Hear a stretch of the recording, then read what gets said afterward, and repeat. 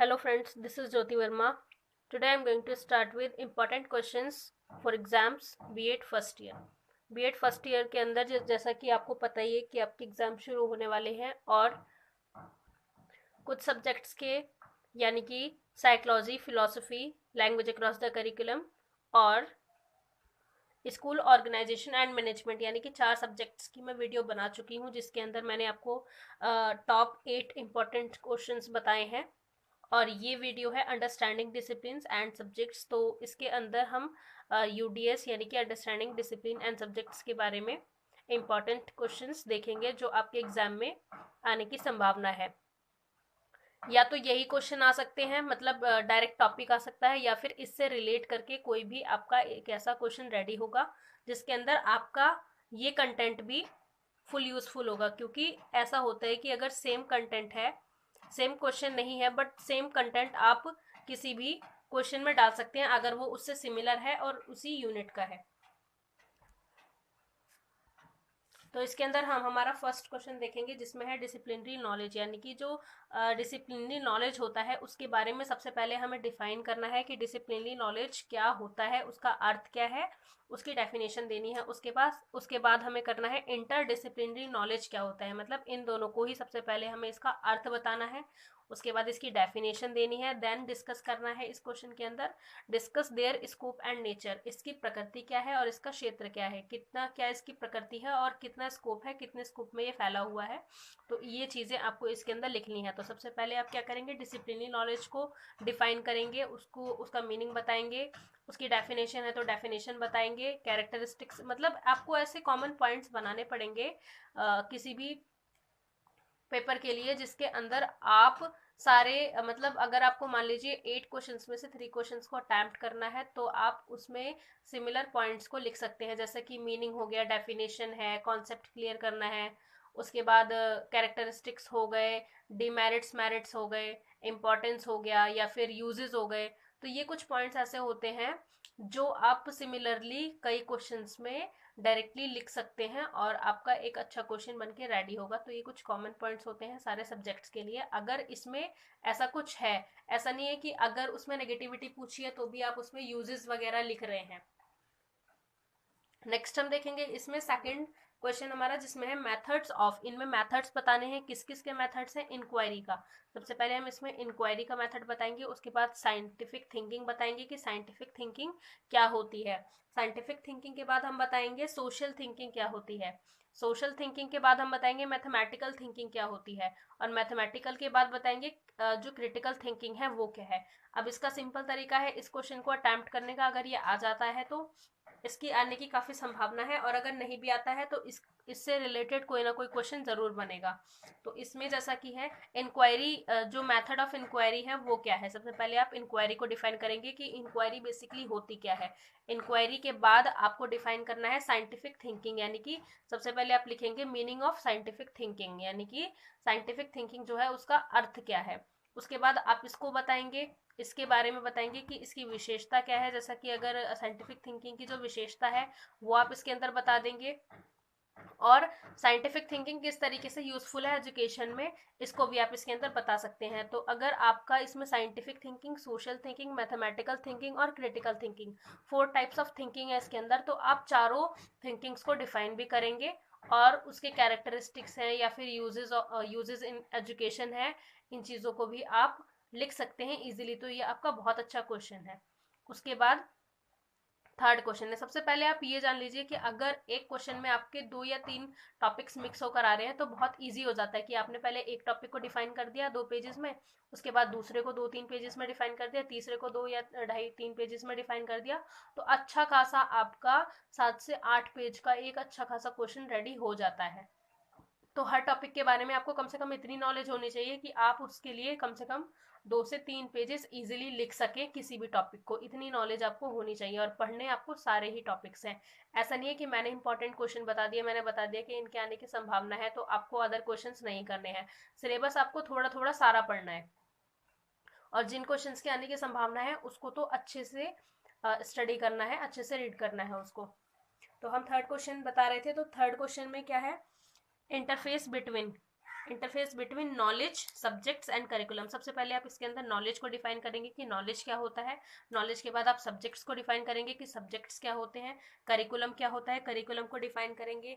उसके बाद text book क्या होती है, टेक्स्ट बुक को डिफाइन करेंगे, यानी कि जो आपकी पाठ्य पुस्तक होती है। उसके बाद लिंग्विस्टिक बैकग्राउंड्स ऑफ लर्नर्स। तो इन सारी चीजों को मिला के आप अगर 1 पेजेस भी अगर आप लिख रहे हैं किसी भी टॉपिक का, कोई भी शॉर्ट टॉपिक है अगर किसी क्वेश्चन के अंदर, जैसा कि इसमें कई चीजें दे रखी हैं, करिकुलम दिया हुआ है, सब्जेक्ट है, नॉलेज है, टेक्स्ट बुक है, लिंग्विस्टिक बैकग्राउंड्स ऑफ लर्नर्स है, तो ये आप ऐसा कर सकते हैं। अगर 1 पेजेस भी अगर आप लिखेंगे, 1.5 पेजेस भी लिखेंगे, तो आपका 7 से 8 पेजेस का एक अच्छा खासा आंसर रेडी हो सकता है। बीएड में जो एग्जाम्स होते हैं उसकी यही टेक्निक्स होती है कि आप ज्यादा से ज्यादा पॉइंट्स बनाएं।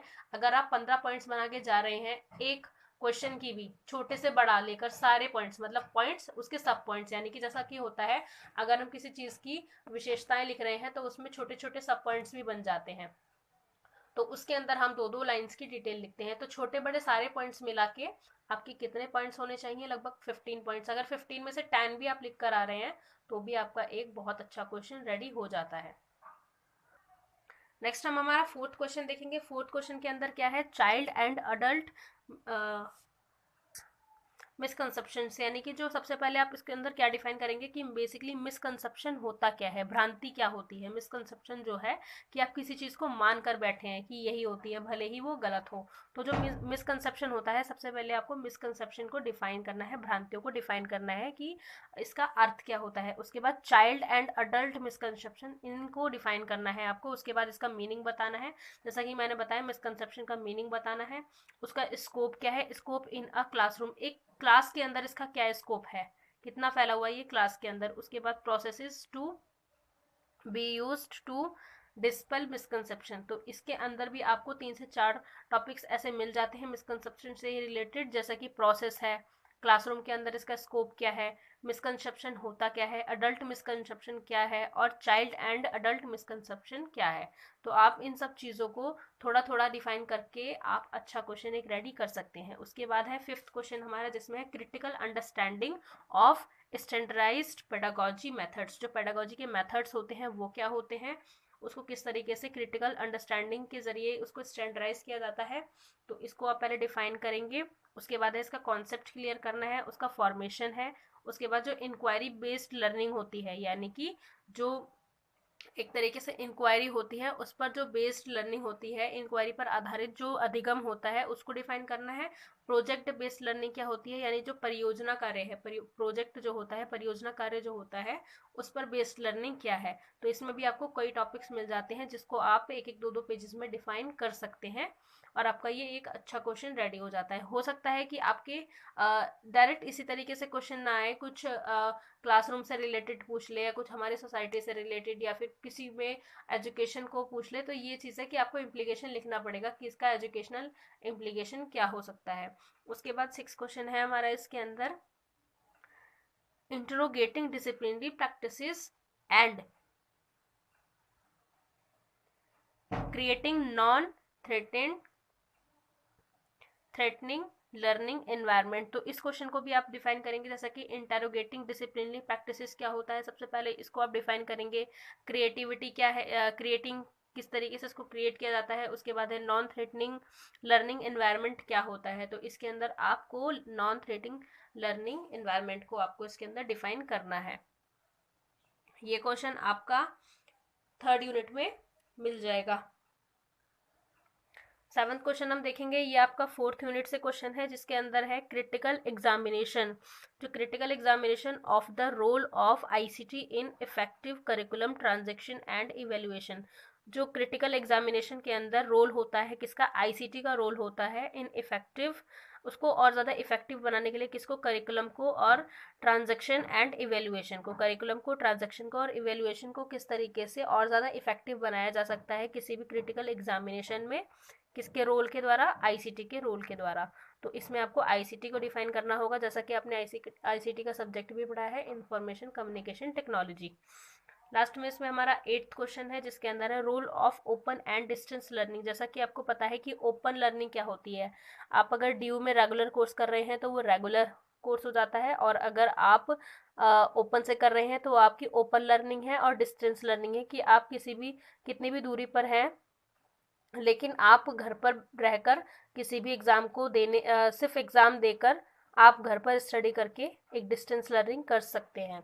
तो इसके अंदर आपको जो ओपन एंड डिस्टेंस लर्निंग है इसको डिफाइन करना है इन catering diversity in learning and learning styles. जो डाइवर्सिटी है उसको बताना है, और लर्निंग एंड जो diversity in learning and learning styles क्या क्या होते हैं, इसके अंदर आपको लर्निंग स्टाइल्स को भी डिफाइन करना है। सो फ्रेंड्स, ये थी हमारी आज की वीडियो जिसके अंदर आपने टॉप 8 क्वेश्चंस देखे, और इससे रिलेटेड ही आपके क्वेश्चंस आएंगे। थोड़ा बहुत एग्जामिनर्स जो होते हैं वो इसको घुमा देते हैं, जो क्वेश्चन मेकर होते हैं वो घुमा देते हैं थोड़ा सा, लेकिन आपको इसमें कंफ्यूज नहीं होना है। अगर आपको टॉपिक समझ में आ रहा है तो उस टॉपिक से रिलेटेड आपको जितना कंटेंट पता है तो आप उसको ईजिली लिख सकते हैं। और आपका 25 नंबर का एक क्वेश्चन आएगा, और 3 क्वेश्चन आपके होंगे 75 मार्क्स के, तो आपको ओनली 3 क्वेश्चन अटैम्प्ट करने हैं, और आपको टाइम लिमिट बनाकर भी चलना है। टाइम लिमिट ऐसे कि आपको सिर्फ 2 घंटे मिलेंगे पेपर लिखने के लिए, और हाफ ऑफ एन आवर मिलेगा पेपर अपलोड करने के लिए। लेकिन आपको करना क्या है, आपने एक क्वेश्चन किया उसको डायरेक्ट अपलोड कर दिया बारकोड स्कैनर के द्वारा, तो आपको ऐसा रहेगा कि बाद में अगर आपके पास टाइम नहीं भी बचता है तो भी आपके अगर 2 क्वेश्चन अपलोडेड रहेंगे, थर्ड क्वेश्चन में आपके पास टाइम कम है, तो ऐसा होगा कि आपके पहले से ही 2 क्वेश्चन अपलोड रहेंगे, तो आपका तीसरा क्वेश्चन लिखने का टाइम बच जाएगा। वरना ऐसा होता है कि स्क्रीन 2.5 घंटा ओवर होते ही आपका क्या होगा, स्क्रीन अपने आप ही सक्सेसफुल दिखा देगा आपका पेपर। सो फ्रेंड्स, ये थी हमारी आज की video. Thank you so much for watching this video. मेरे चैनल को सब्सक्राइब करें, वीडियो को लाइक करें, शेयर करें एंड कमेंट करें, and please press the bell icon for other notifications. Thank you so much.